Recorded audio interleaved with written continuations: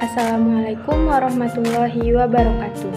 Perkenalkan, nama saya Andriani Putri dengan NIM 120113274779. Saya dari kelas 2B Pendidikan Geografi Universitas Islam Negeri Sultan Syarif Qasim Riau. Baiklah, pada kesempatan kali ini saya akan membahas materi mengenai bentuk lahan asal aolin. Nah, apa itu bentuk lahan asal aolin? Lahan aolin atau aolian merupakan lahan yang terjadi karena bentukan asal proses angin dan gabungan pelapukan dengan aliran air. Bentuk lahan ini terjadi melalui proses pengikisan, pengangkutan, dan juga pengendapan oleh kekuatan angin. Selanjutnya, proses terbentuknya lahan aolin. Terbentuknya lahan aolin ini terjadi oleh beberapa proses. Yang pertama, pengikisan oleh angin. Angin mengikis permukaan bumi melalui deflasi dan korasi. Nah, apa pula itu deflasi dan korasi? Deflasi merupakan gerakan tiupan angin yang membawa materi batuan, baik berupa debu halus, pasir, maupun materi yang kasar dan berat. Korasi angin dapat menimbulkan beberapa bentuk atau bentang alam yang sangat luas. Gerakannya hanya dapat terjadi di dekat permukaan tanah. Ini terjadi karena angin tidak dapat mengangkut pasir ke tempat yang lebih tinggi. Proses selanjutnya adalah proses pengangkutan oleh angin. Materi batuan yang mudah terangkat oleh angin adalah materi-materi halus, misalnya debu. Materi yang halus ini akan diterbangkan angin sampai ke tempat yang cukup jauh. Nah, proses selanjutnya adalah proses pengendapan oleh angin.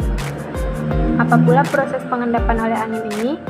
Proses pengendapan ini terjadi apabila butiran yang telah terbawa angin tadi jatuh setelah gerakan menjadi lambat.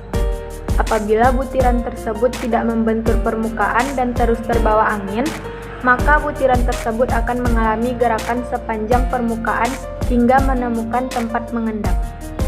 Pada umumnya, tempat pemberhentian tersebut berupa cekungan.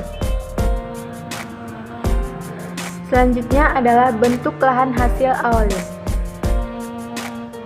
Yang pertama, bentuk lahan hasil erosi angin. Macam-macamnya adalah desert pavement atau pebble armor, yaitu permukaan yang terdiri atas batuan kerikil dan di daerah gurun sebagai akibat bahan-bahan halus mengalami deflasi. Selanjutnya adalah blowout, cekungan di daerah gurun sebagai akibat deflasi pada materi hasil pelapukan di permukaan yang berukuran halus. Dan yang terakhir, ventifak, permukaan batuan yang menjadi rata karena korasi, terutama yang berukuran halus, debu dan liat yang terbawa oleh angin. Bentuk lahan hasil aolin selanjutnya adalah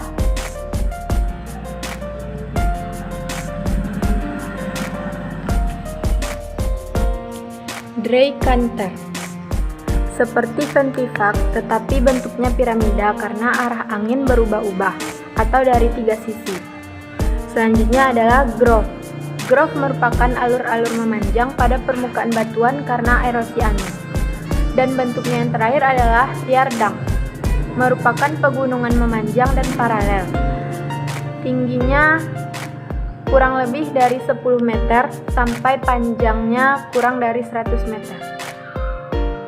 Dan ini berkembang di daerah bebatuan lunak.